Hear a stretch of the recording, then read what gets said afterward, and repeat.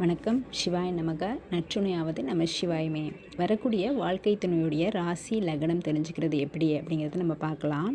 First நம்ம லக்னத்திலேருந்து 2, 7, 8 இந்த இடங்கள்லேருந்து தான் நம்ம வாழ்க்கை துணையுடைய ராசி லக்னமாக அமையலாம்.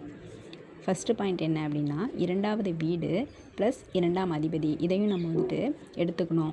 இப்போ லக்னம் அப்படிங்கும்போது நமக்கு விருச்சிக லக்னம் எக்ஸாம்பிளுக்கு எடுத்துக்கலாம். விருச்சிக லக்னத்துக்கு 2ஆம் இடம் அப்படின்னு பார்த்தீங்கன்னா தனுசு வரும், 7ஆம் இடம் ரிஷபம், 8 மிதுனம் வரும். அப்போது 2ஆம் அதிபதி அப்படின்னு பார்த்தீங்கன்னா தனுசுடைய அதிபதி குரு. அதனால் குருவுக்கு 2 ராசிகள் தனுசு மீனம். அப்போது இதிலிருந்து உங்களுடைய ராசி லக்னமாக அமையலாம்.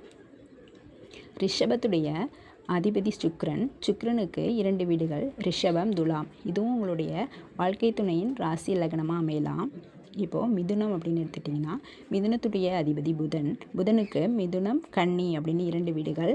அப்போது இதுவும் உங்களுடைய ராசி லக்னமாக அமையலாம். இதில் 90% இது கரெக்டாக தான் இருந்திருக்கு நான் பார்த்த வரைக்கும். நீங்களும் உங்களுடைய ஜாதகத்தை செக் பண்ணி பாருங்கள். சிவாய நமக.